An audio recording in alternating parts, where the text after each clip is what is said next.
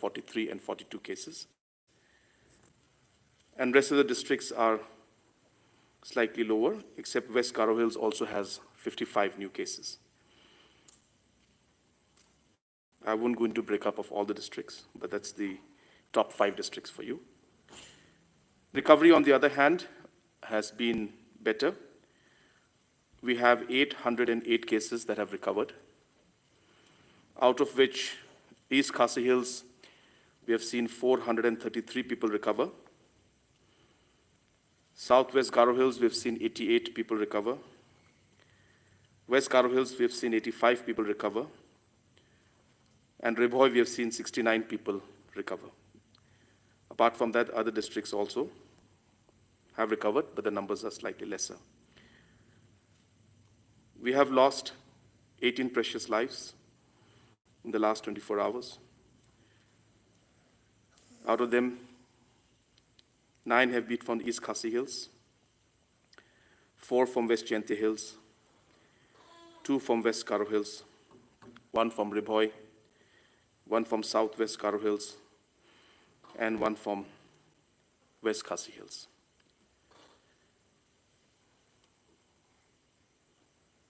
Apart from that,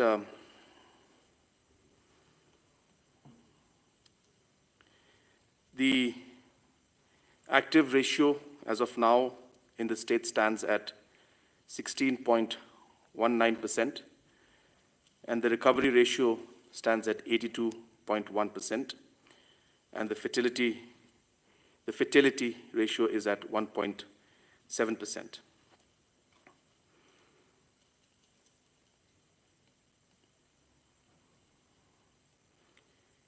Another very important information which I would like to provide is that out of the 6,110 active cases in the state,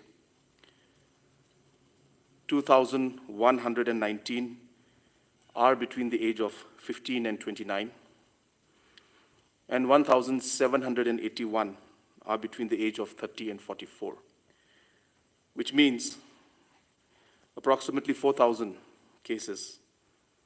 That is 80% of the cases. Almost 70%, 75% of the cases are between the age of 15 and 45. Our positivity ratio has also seen a marginal decline in the past few weeks, as we've seen number of cases go down,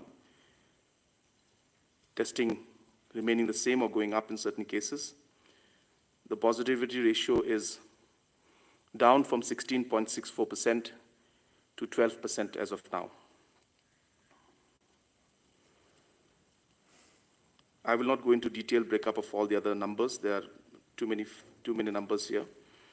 But that would just give a gist of the numbers that we have. But I would also like to mention that there are approximately 628 people who are in hospitals as we speak. Out of these 628 people, 102 are in D category, which is the highest category, which means they are in the ICU or under high oxygen flow. Then we have the C category, which is slightly lesser complications. We have 227 people. And A and B are mild symptoms or asymptomatic. We have 115 in A category and 184 in B category. So total of 628 people as we speak are in different hospitals in different conditions. In the meeting today, we took a review of not just the overall situation that's there in terms of COVID cases, but also in terms of the different infrastructures that are coming up, especially the oxygen plants that are coming up in different districts and different district hospitals. The ACS in charge of these projects and implementation, who's overlooking the implementation, gave us a detailed presentation. We are very satisfied with the way the work is going forward. And I don't have a detailed presentation in front of me, but in the next few days, we will see 3 or 4 plants completed, and we're hopeful that within the next 2 weeks to maximum 3 weeks, not just the plants, but even the cryogenic plants that are supposed to come up in Umsauli and in Jingjal should also be up. Work is going on 24/7, and all the concerned contractors and officials are leaving no stone unturned to ensure that these plants come up ASAP. Many are already functional, as you know, but our target is to make all the districts functional and have their oxygen plants, as has also been planned by Government of India. Vaccination drive also is going on. Of course, as you know, we have shortage of oxygen, we have shortage of vaccine, as it is in the rest of the country also. But we are expecting another 66,000 doses for the 18 to 45 age category in the next 5 to 6 days' time. We have already made the payments for those. So those will also be rolled out in a systematic manner. Similarly, we have close to 71,000 doses for the 45 plus category. And both the vaccination programs are going on, though because of the shortage of the vaccination, we are not able to provide all the vaccines to everybody as per the requirement and desire of the people.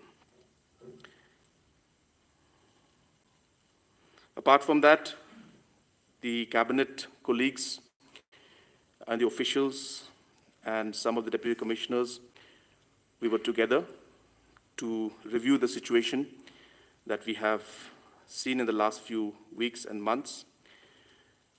After reviewing the entire situation, we have seen that the number of cases, especially in high zones like East Khasi Hills, have come down by a significant number. We have also seen the positivity rate decline. But as I was mentioning earlier, yesterday, that though the numbers are coming down, the positivity rate still remains at a double digit, which is a matter of concern. So though we are seeing a trend that is showing some kind of a relief and indicating to some kind of an improvement in the overall situation, we are nowhere close to letting our guards down or taking things easy. So therefore, though it has been very difficult for the people of the state, especially for Shillong and East Khasi Hills, the cabinet and the government has decided that we'll continue the lockdown for at least 1 week more. I know that a lot of people will face difficulties and challenges, but the health aspect is far more important to each and every one of us. As I speak, as I said, 104 people are fighting for their lives in different hospitals. And today itself, we have lost so many precious lives. So therefore, though it's a very tough decision, I urge and appeal to the people to please cooperate and work together with the government so that we are once and for all able to bring things under complete control. Things are improving. I'm positive that in the coming week, after this next 1 week is over, we should be able to see things ease down a bit more. Early to say, but looks like if we can control things in the next 1 week, if we all work together, if we're all committed, and we all simply bear this next 1 week, I'm sure that in the coming week after that, we should be able to see things improving drastically.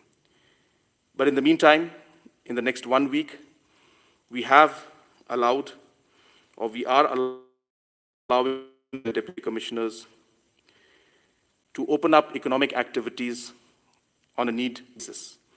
So therefore, if the deputy commissioners feel that certain sectors can be opened or need to be opened up, certain activities can and need to be opened up, which will not give a huge risk in terms of gathering, we are allowing the deputy commissioners the liberty to allow those need-based activities to be opened up even in the coming week, apart from the other activities which we have already opened up in this current week. Number two, we have also allowed the subdivision and the block officials, that is the BDOs and the SDOs, also to recommend to the Deputy Commissioner to allow rural activities, rural economic activities, depending on the prevalence. We realize that though the numbers are high, there are many areas which don't have very high numbers. There are areas which can have certain economic activities, but no gatherings, but can have economic activities which may be very important for the livelihood of the people, but may not have the kind of effect on the spread of the virus. So those activities also, especially in the rural areas where the livelihoods have been hit very hard, we have given the permission to the Deputy Commissioner to take recommendations from the SDOs and BDOs, and on the prevalence basis of the virus, the DCs can allow other economic activities also in the rural areas. This time the order is not just for East Khasi Hills. We have decided that this order will be in general for the entire state. We have seen that the spread of the virus is now shifting towards the rural districts. We have seen a large number of cases now coming up, especially in West Jaintia Hills, East Jaintia Hills, West Karo Hills, and some parts of Southwest Karo Hills also. So therefore, keeping this in mind, this may be the appropriate time to take actions to restrict the spread of the virus. But as we are allowing the DC to handle the situation from a ground level here in the East Khasi Hills, similar flexibility will be given to all the Deputy Commissioners to take their decision in terms of the economic activities in the different districts based on the prevalence rates in those areas also. We also got a special request from certain church leaders that if they can be allowed to ring the bells in the church. So therefore, government has decided that such activities for all faiths, not just for the churches, but for all faiths, which do not involve people's gathering, does not involve a large crowd, these activities will be allowed. So those were the main decisions that we had to take. But I do appeal once again to the people that it has been a very tough time. We are almost there. And if we can hold on for another week, I'm sure that we will see things improve much further. We are seeing that the numbers are down, but just because the curve is coming down doesn't mean we're out of danger yet. So coming down is a very good thing, but we need to see that we are below a certain level, below the danger mark, and only then can we allow the unlocking process to start. So we will be watching this week, and we are very hopeful that if we are able to contain things and bring the numbers down further, then we may see in the next week after that, we may see some process or some sign of unlocking starting after that. But it all depends on the numbers. Therefore, I urge all our citizens to please bear, please cooperate, please follow the protocols. This is the best way to keep our people, our friends, our family, our loved ones safe, and ensure that we are able to come back to normalcy very soon. Thank you very much. So Yeah, so it's basically from Monday to Monday, so it's from till the 14th. Till the 14th. I'll just confirm the exact date for you. I'll just say the calendar. Yeah, 14th morning. Yes, because as I said, numbers are going up. But as I said, we have allowed the flexibility to the different districts to allow the economic activities as they feel appropriate, depending on the prevalence of the virus out there. So it's going to be a model where we continue the lockdown, but we will be allowing the Deputy Commissioners flexibility depending on, as I said, prevalence, because there are a large number of areas where the cases are not there at all. So it would be unfair to have the same yardstick applied throughout the state, and therefore the SDOs, BDOs, and the Deputy Commissioners will be in a better position to decide which activities and areas can be allowed in their district or in their blocks or in the subdivisions. Last time, in the review meeting, I have decided that there will be an assistant from this Chief Minister, a special assistant to those people who were staying in the isolation at home. Yes. In other We have been district, giving provision kits in to other district have been started. But what is the reason that in East Kashil, it seems that it has not been started? The provision kits have been given to all the districts. I mean, we are not giving the provision kits, we are giving the funds to them. And the deputy commissioners are providing. I'm pretty sure, I don't have the reports with me, but as far as the reports that have come to me from almost all the districts, the provision kits are being provided. So I don't know if there's a specific case, please do let me know. And if there is a situation where it's not being provided, I will take it up with the deputy commissioner. But it has been already given, funds have already been sent. And if there's any delay, I'll make sure that it is moved fast. But it's been given to all the districts. You see, in other district they have started. I'll find it out. Yeah, but East Kashil, there is a delay. So what is the reason? Sure. I'll find out and I'll make sure that if it's not happening, it should have happened. If it's not happening, I'll make sure that it happens at the earliest. Sir, we have seen that despite lockdown, although the positive rate has come down, but not the fatality. What is the reason that today also 18 people succumb to this? What is the reason? Well, we know that this particular virus strain is much more stronger. And it is a strain that leads to the inflammation in the lungs. And it's an adaptive virus, the Delta virus as they're calling it. So therefore, we're seeing a large amount of lives being lost, and it's a trend that's happening. And the way we are seeing things happening in other parts of the country, even after the number of cases come down, those people who were infected 5, 6, 7 days, 10 days back and who are in hospital, those people who succumb to the ailment happens after a few days. So therefore, that trend is being seen not just in Meghalaya, it's being seen all over the country, where, as I said, the main reason is the natural cycle of the way the virus is. So therefore, once it hits a person, it takes about anything between 5 days to 7 days, and then suddenly the patient gets very serious. So though our numbers started coming down 5 days back, but those patients who were there before that, they are now in that critical zone of those 6th day and 7th day. So it's a natural cycle of the virus, the way it works. And as I said, it's not just in Meghalaya. We've seen this kind of a cycle and trend throughout the country.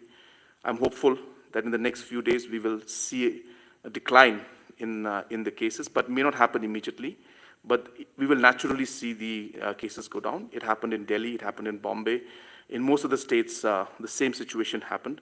So as I said, it's a natural cycle of the way the virus is. But the main reason is, of course, as I said, this virus is much more potent, it's much more dangerous. And that's why we've seen so many people lost their lives. Another thing is, of course, we are trying to provide. Vaccination is a very important aspect. We have seen in all different data that is coming in that vaccination has helped. And we are seeing that in a lot of areas where quick vaccination took place, like places like, say, in William Nagar and Rongjeng and Tura, they were they have achieved saturation of the 45 plus category. So we're seeing that the vaccination has helped to a large extent. So all these factors are also there. But yes, it's a natural cycle of the virus. So we hope that these numbers we will see come down. But as I said, even today, there are about 100 plus people in D category. That means they're in ICU or in very serious condition. So we hope and pray that they do recover. Sir, I have a question. Just one by one, please. Are you done, Purbasha? Yes, vaccine hesitancy is still there. There's no doubt about it. And that's why we're appealing to people that, that they should not be hesitant. Most people have taken it. There has been no bad reaction to it. But on the other hand, it has helped almost everybody who has taken the vaccine. Yeah. Sir, I have a question. There is a suggestion that has come from the opposition Congress where they have suggested the government on the need to have this universal vaccination, citing that in order to protect children, especially from the third wave, which is they apprehend that it will affect children more. What is the take of the government on this? The vaccination policies have been decided by Government of India. So therefore, as of now, Government of India's policy is clear that they have first started with the 45 plus category, and now this is the 18 and 45 category. So we will have to wait, but obviously it's something that a lot of countries are doing. They're not going for universal as such, but they're going for 12 plus. So a lot of nations have done 12 to 18 also. So therefore, I'm sure that time will come when Government of India also will take up that policy. But till then, obviously, we have to go with the directions of Government of India. And it's a very positive suggestion, and we all are obviously aware of it. And I'm sure that Government of India at the appropriate time will take the decision also. There is a shortage, so those factors also come in. So we're hopeful that at least we should finish the 18 to 45 category, which is about 15 lakh people in our state. And that's really the target that we're keeping in front of us. And definitely a universal program would be something that we would be happy to do. Sir, what is the situation about if third wave strikes, and what about children? How is the pediatric cases, if they are attending, how to deal with it? You see, there's, of course, we don't know what's going to happen, whether we will be hit by third wave or not. We can't say right now, but all indications, keeping the history of pandemics in mind, we have seen that there are multiple waves. So as a government, we need to be prepared for it. That's number one. And we hopeful it doesn't happen, but that would not be the right strategy. We would need to prepare. There are 2-3 things which the government is working on. Number one, we're working on a COVID manual. What we've realized is that the cabinet and the officials and the ministers, we all spend a lot of time in discussing a lot of steps which need to be taken when situations unfold. Many countries, for different scenarios and situations, have a standard manual or a standard SOP as to what steps to be taken when. For example, when we touch a positivity rate of 10%, immediately there should be certain kind of restrictions that should come in. What those restrictions should be. The government had to monitor each and every movement up to the micro level. So we feel that government and the system and the machinery and administration to work. So in preparation of the third wave, first thing we're going to be doing is coming out with this manual, SOP. We have asked the department in 30 days to give us a draft copy of this manual. We feel that it will strongly help us in fighting another situation as and when it comes in. At least it will allow quick decision making based on situations. Number two, yes, there is a kind of a theory that the third wave may hit children because of the fact that we are seeing the virus mutate every time. So earlier it was hitting the people who are 45, 50, 60 and above. And it mutated and it suddenly started hitting the people who are 18, 20, 30. So there is a prediction that now it will mutate again and it will go in deeper into the second wave. So obviously we started with the basic manual that I'm talking about, and then it has gone into the different kind of equipments that may be required, and so only few of the equipments that are required, those factors are being examined. But you're right, we need to be prepared for it.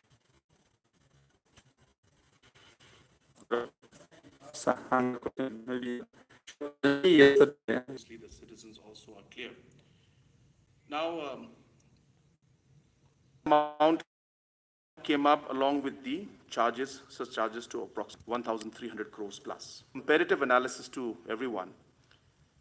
The second highest state in terms of NTPC, Meghalaya owed about 500 crores to NTPC. The second highest state was Manipur, which was 70 crores. And all the other states in the Northeast were below that. The total amount of dues from other states also to these large companies, generation companies, was within the range of 20, 50 to about 100 crores.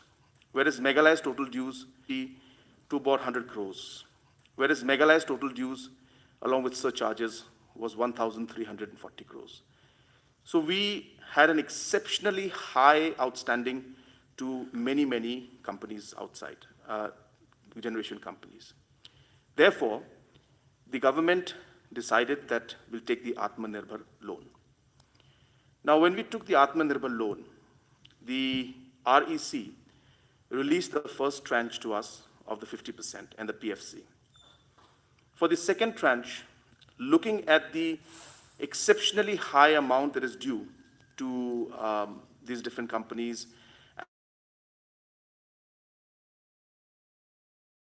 REC and the PFC required the government of Meghalaya to give a guarantee and put a budgetary provision for the repayment for MECL in our budget, which means that if MECL is not in a position to repay the interest and the principal amount every month, then REC will be able to deduct that amount from our taxes directly from RBI.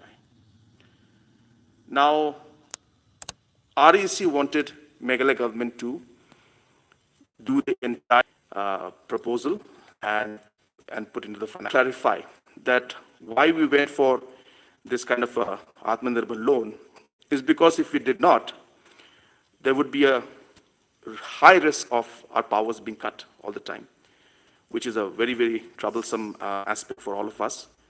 So therefore, we decided that once ensure that the power is stable first. The reason why we went for and the power that the MECL also improves its overall efficiency. For many years, many circles have been running at 70%, 50%, 30% AT&C losses. So therefore, while we take this loan, while the state government is supporting MECL, at least 25% of the pressure must be on MECL. Why should Meghalaya government have to bail out MECL every time? We improve the interest and the loan amount will be guaranteed by the state government, and if there's a default, state distribution franchises. So that was the background of how the distribution franchises came in. So it's a choice between improving the efficiency and the. Now I can give you details of the numbers, but they're too much to grasp. 25%, we are able to not only improve the overall revenue. Now, the second part is that while this happens, there is no question of any kind of people being removed from MECL. There is no question of any kind of laying off. There is no question of anybody losing a job. There will only be a complete revamp of the overall staff in the things so that we can overall improve the efficiency and increase the number of manpower of people wherever is the mission to improve the distribution franchises in the long run. So this is the background of this, where, as you said correctly, this is only a management that is being given to them. If you to them, they will have to guarantee minimum revenue to the state as a government. So this is the crux of the matter. This has come to the cabinet, and for the state government to take the entire burden of the loan and pay, and quite a number of times, or do we look at a system where we allow some professionalism coming in without harming the structure of MECL, without harming the employees, but allowing an overall system to come in where we have some kind of professional aspect coming in. So therefore, this is a critical issue. The cabinet has not decided on which way to go. We will spend the next 4 or 5 days looking at all the options that are there, and only then, once we take all the stakeholders on board, once we take all the different organizations, the engineers and other officials on board, discuss with them, if we can find a way to move forward in which we are able to improve the efficiency and yet not allow the DF, we'll be happy to move forward in that line also. But if you see that, as I said, the question is about 560 crores of revenue that the government of Meghalaya will have to give additionally to bail out MECL.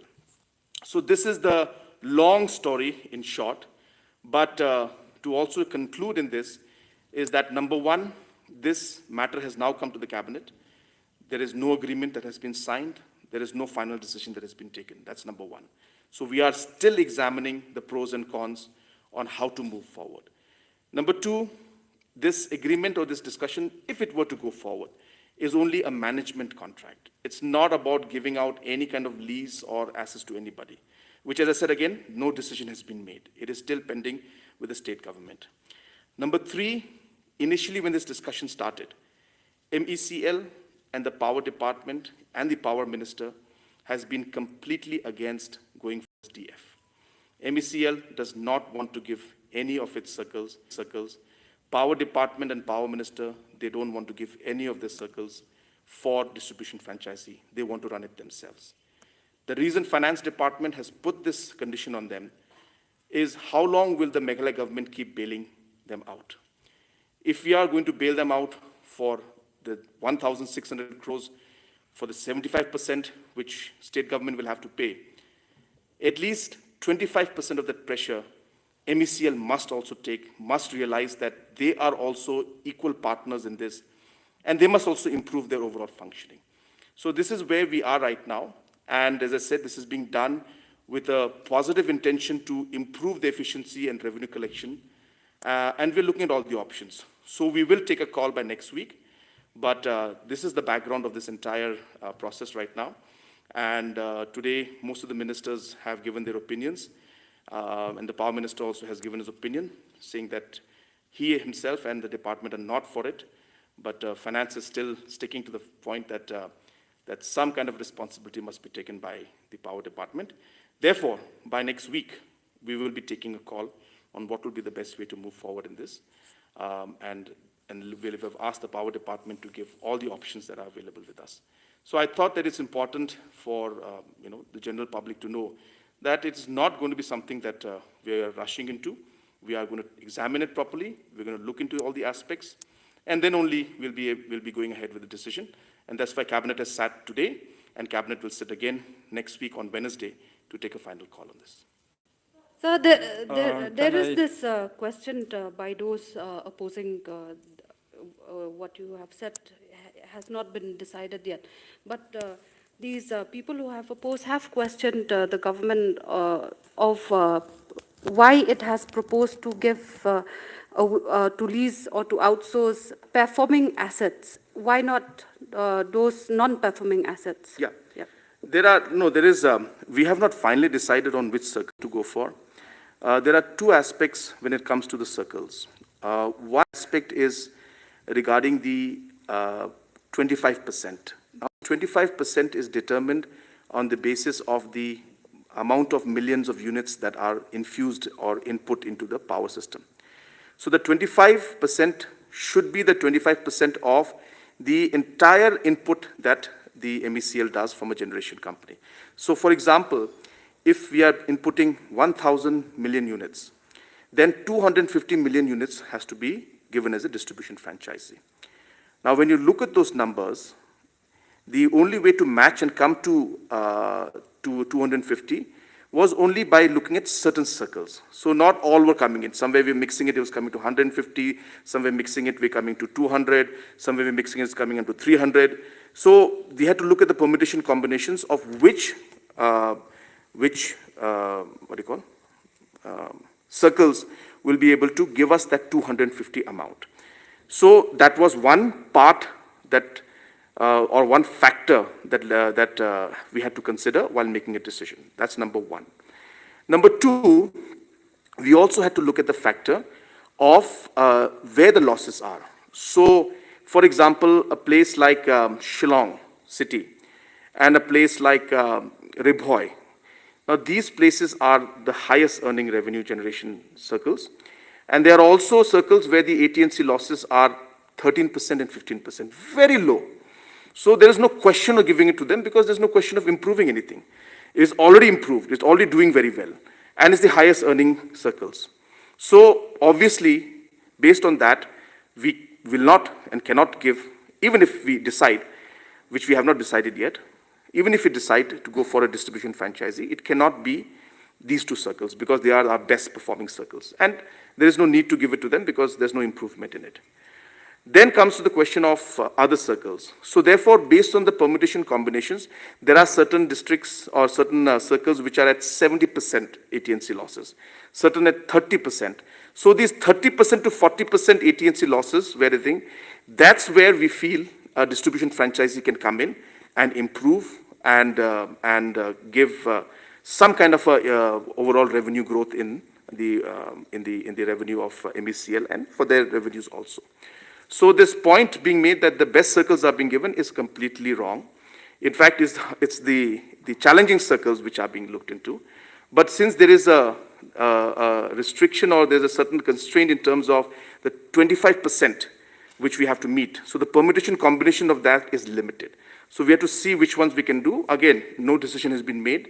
Discussions are being done on what will be the best way to move forward.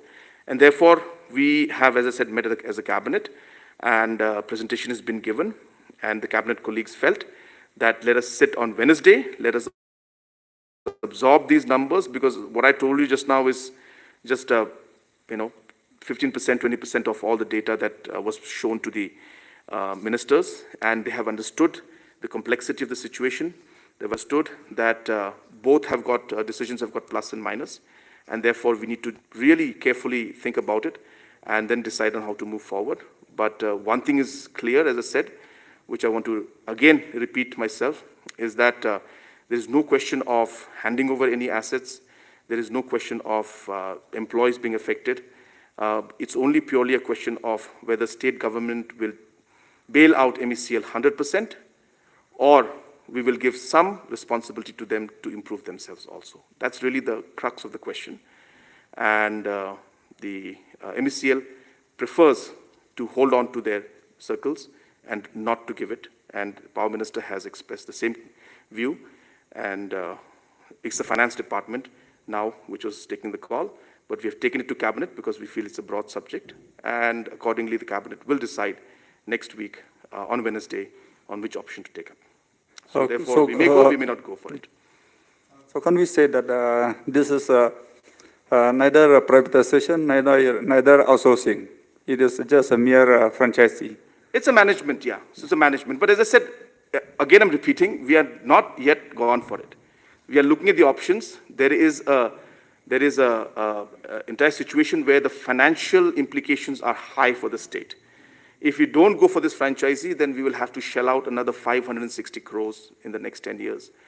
And also, the MECL will not be under any obligation to neither improve nor pay, and the entire pressure will come on government of Meghalaya to bail them out.